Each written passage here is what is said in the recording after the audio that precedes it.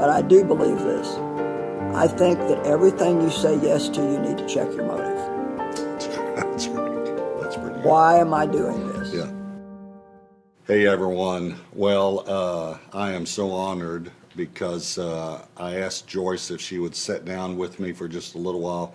Last time when she was at our church, you and I talked about burnout. Right. We talked about rest. Yeah. And we kind of shared similar war stories Right. Yeah. about things that we wish we would have done differently. And so these are young men and women of God that love the Lord, and God's using them greatly. And I think probably the biggest enemy is being overworked Right. and saying yes Yeah. too many times. Yeah. And so I just wanted to just share any war stories or any words of wisdom with these young leaders. Well, first of all, hello, and I'm honored to have the privilege to speak to you. And I do believe that people who have been through a lot can save you a lot of trouble if you will really take it to heart.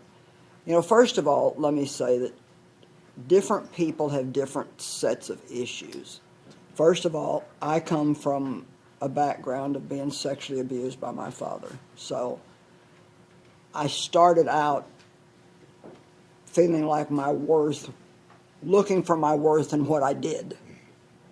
It took me a long time to find out the difference in what I call my who and my do. I had to know who I was in Christ, and that it wasn't just what I did. Secondly, I'm a choleric, type A personality, whatever personality test you take, and so I'm motivated by work. I'm motivated by accomplishment. And a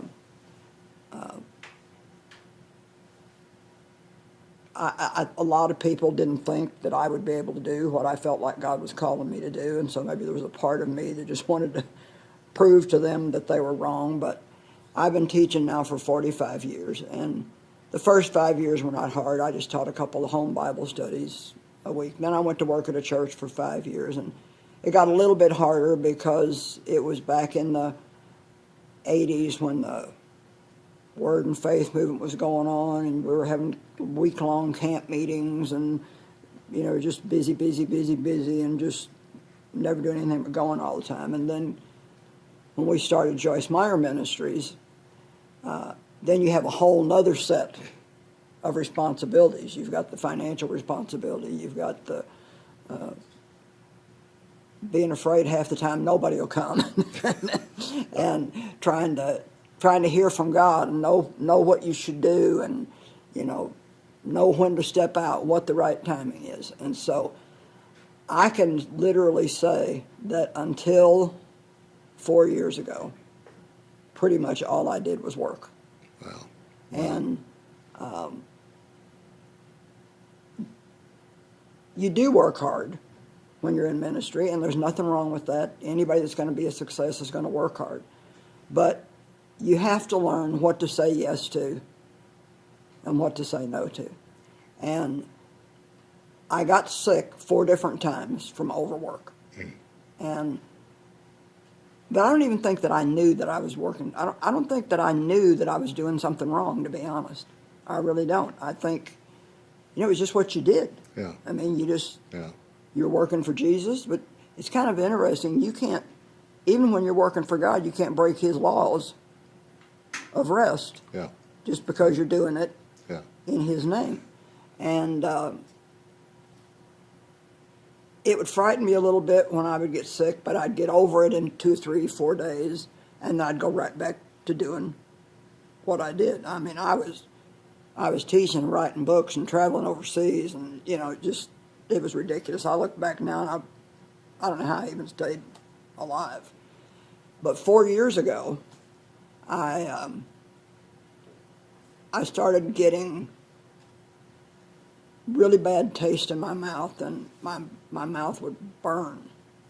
And it would be that way for just 2 or 3 days, and it would go away. And sometimes I'd put a little peppermint in water and drink that, and that would make it better. And then it wouldn't bother me for a while, and then I'd have another little episode, and then it wouldn't bother me for a while. Well, in December of 2017, I woke up one morning, And it was so bad.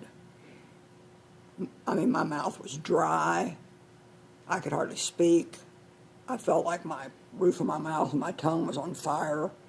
My blood pressure shot up. I was shaking. I was a mess. And long story short, doctors and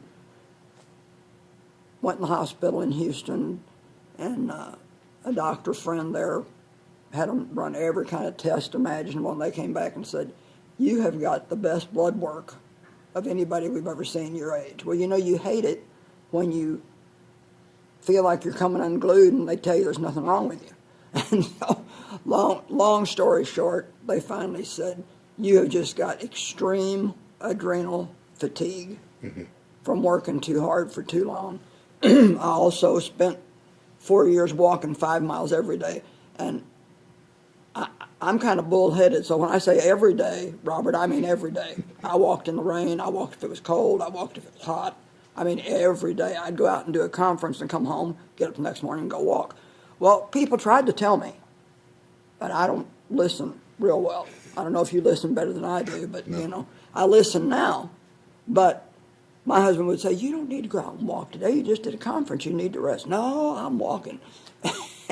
And I think there was even a certain amount of pride in that, in saying, "I walk 5 miles every day." I read a cute little thing. This lady said I named my dog 5 Miles so I could tell everybody I walk 5 miles every day. And first time I had to cancel a speaking engagement because I mean, God had me pinned down. You can't do what I do if you don't have a voice. And I couldn't talk good enough to preach. Well, it turned out I had something called burning mouth syndrome, but almost nobody had even heard of it. Now you can find more information about it on the internet. It's getting to be more widely known. And it can be caused by stress, it can be caused by hormones. I think mine was just caused by stress. I think I just pretty much just fell apart. And so when I read your book, Take the Day Off, and you said you found yourself on the closet floor crying because you didn't have any clean underwear. I didn't want you to bring that up, but that's okay. I thought, been there, done that. And I just got, so the diagnosis was extreme adrenal fatigue, and my prescription was rest for 18 months. Rest for 18 months. My first comment was, "Well, what do you do when you rest for 18 months?" And so the doctor that was a friend of mine happened to be Paul Osteen, and he said, "That's your problem." It's like doing. And when I look back, I'm not sorry that I worked hard, but I wish that I would have said no to things that I could have and should have said no to. Part of it was trying to prove my worth and value. Part of it was just that I'm a hard worker. Part of it was people pleasing. And when you reach a certain place, everybody wants you to do them a favor. And that gets hard because when you have people that you love and they're friends and they ask you for a favor, you feel like you should do it, but there's not just one of them. There's hundreds of them. And, can you forward my book? Can you, all these different things. Can you come to my conference? And then I went through the stage, well, God told me that you're supposed to be.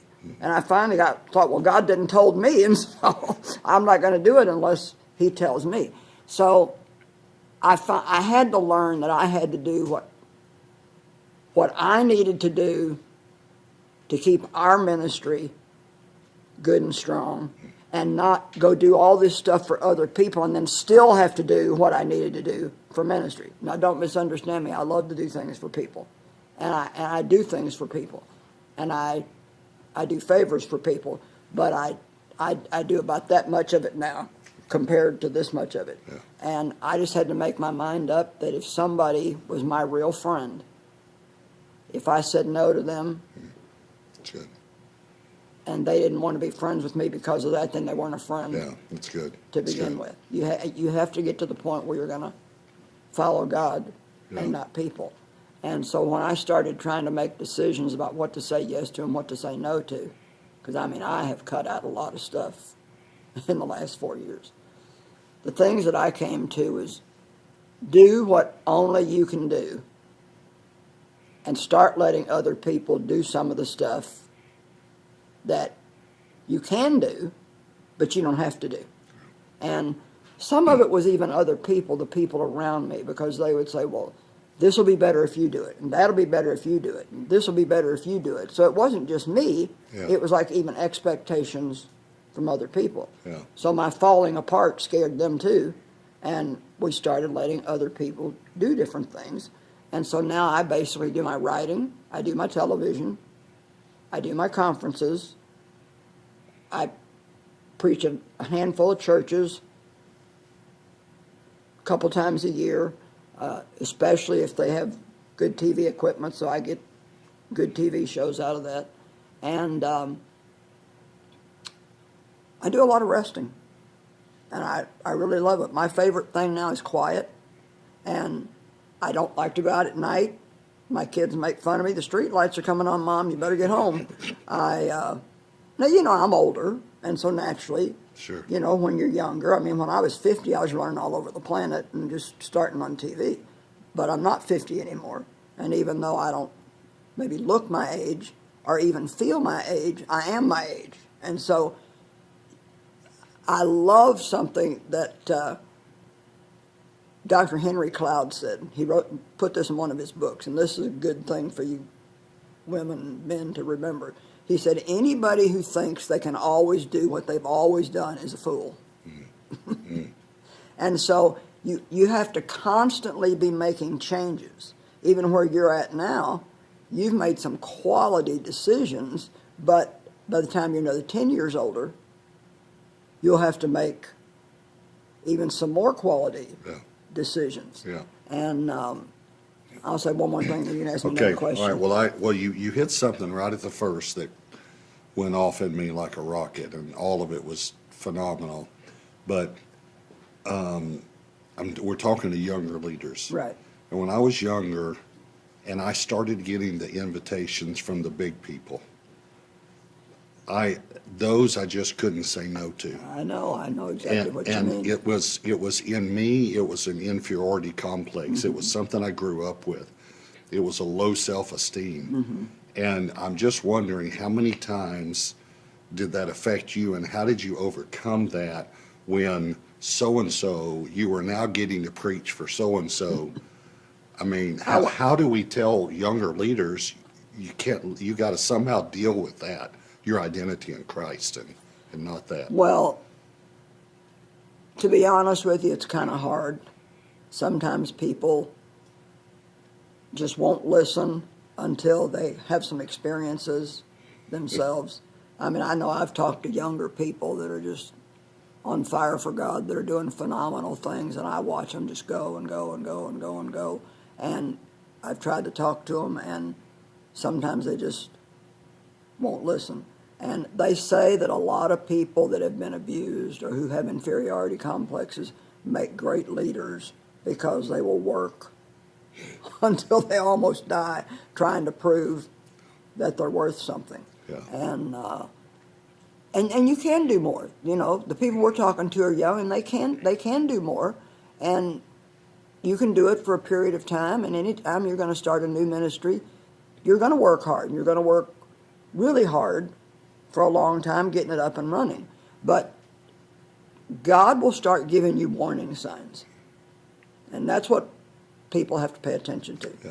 You know, we don't, well, what do I mean by warning signs? Okay, let's just say a lot of ministers have problems in their marriages. Get into affairs, get divorces and all kinds of stuff. Well, let's just say that your wife says to you, I feel like I never see you anymore. That's a warning. I feel like we're growing apart. That's another warning. And so if you would listen to those warnings and make a change when you hear those warnings, or, you know, your back hurts and your head hurts and something else hurts, and pretty soon you're getting irritated with everybody because you feel like you're tied in knots all the time and you blame everybody. Well, those are warning signs that something is going wrong and you need to do something before it gets any worse. We don't just need to keep medicating it, Yeah. Till you get to the point where you don't have any choice. And I do a teaching called Ignored Warnings, and I think that a lot of times, even these young people, when you get really, really super tired to the point where you're getting cranky and hard to get along with, take a couple days off and rest. And something that Darlene Scheck told me that really helped me when I started wanting to know what to say yes to and what to say no to, because I knew I couldn't keep saying yes to everything. And I went through exactly what you did, and I have said no now to some things that I would have never 20 years ago had the guts to say no to. And to be honest, and I don't mean this to sound wrong, I don't care who it is now, I don't care how big of an event it is, if it's going to take too much out of me, I won't go do it, and if I try to, my family won't let me. Like, I would love to go overseas again, because I've been to India 9 times and Africa and all over the place, and I would love to go back out of the country, but they won't let me go because the jet lag is too hard on me. And when I said to Darlene, how do you know what to say yes to and what to say no to? She said this, and I thought it was brilliant. She said, before I say yes to anything, I sit down and I think through what it's actually going to take for me to do it. How long is the flight going to be? How long am I going to gone from my kids? How many times am I going to have to change hotels? I mean, I went to Australia one time, and in 22 days, I preached 21 times. Well, that's stupid. Yeah. In 3 different cities. I look back now, and I think that was stupid. I could have preached 15 times and had a day of rest in between. Yeah. And so, like now, I'm getting ready to read an audio book, and that's a little hard on my voice. And so I used to do them in 2 days, straight through, get it done, bang, bang, move on to something else. Now I take a week and I take a day in between to rest my voice. And so you can do so many things if you'll just add in that Sabbath. Like, what you said in your book was so brilliant about the Sabbath. It's a gift to us.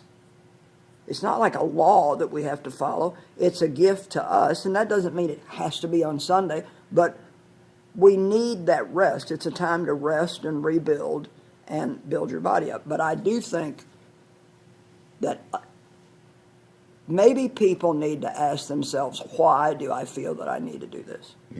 It's good. Why can't I say no? Yeah. Why can't I stop?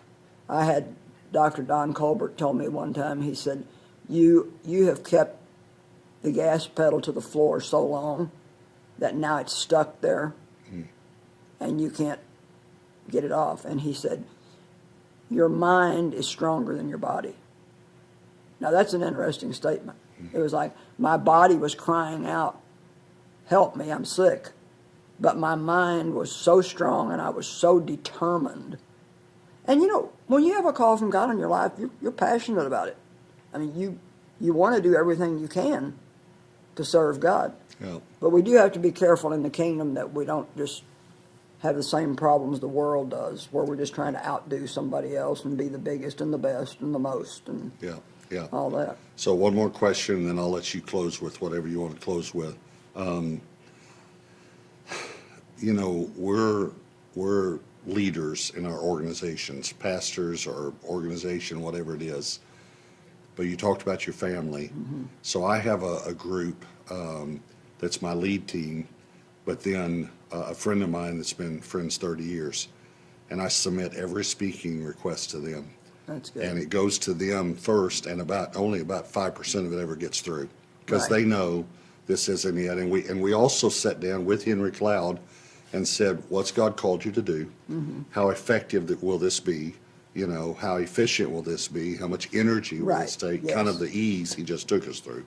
So when you're the leader, would you recommend that you actually submit your schedule or somehow get input on your schedule from your family and your people around you who know you well and, Whatever way you do it, you have to be humble enough to listen to what some of the people around you are saying, especially if you respect them and you know that they love you. Yeah. And if I would have listened, even like those 4 years when I was walking 5 miles a day, I can't tell you how many people told me. My chiropractor told me you need to take a day off. My husband told me. My kids told me. And I did not listen to anybody. And any time that you're not going to listen to anybody, you're going to end up getting yourself in trouble. Now, whether they need to submit their whole schedule to somebody or not, I don't know. I think you and I have to do that at this point because we pushed ourselves to the point where we got sick. But I do believe this. I think that everything you say yes to, you need to check your motive. That's great. That's pretty good. Why am I doing this? Yeah. That's Why am I good. doing this? That's I mean, good. I had somebody just recently say, if you come, we'll give you thus and so honorarium. And it was big.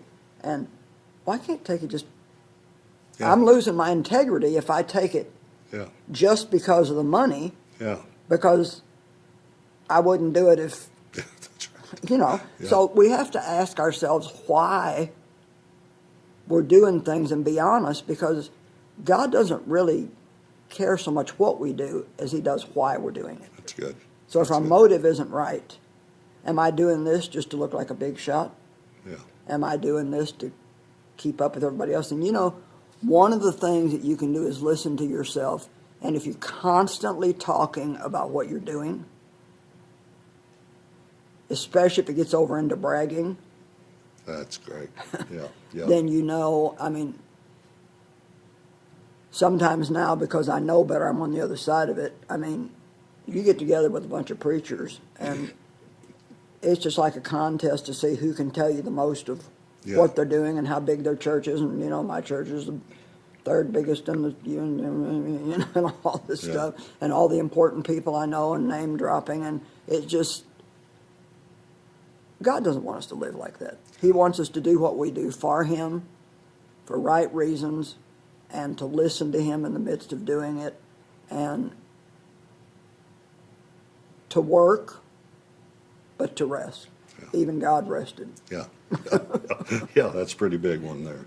Okay, so my last question, and then you, if you said you had something else you wanted to share, but if you could go back and talk to yourself 30 years ago when the ministry was really taking off and all these things were happening, and you could give yourself one or two pieces of advice, what would you say? Well, I would hope that I could not be a people pleaser and just be a God pleaser. Because if you are a people pleaser, you're going to take things for the wrong reason. And if you go and do something that you really don't want to do, just because you're afraid somebody's not going to like you if you don't, that's not a right reason. I would have done probably 95% of what I did, but the 5% that I didn't have to do, if I would have taken just that time and rested, I might have not got in the condition that I was in. I would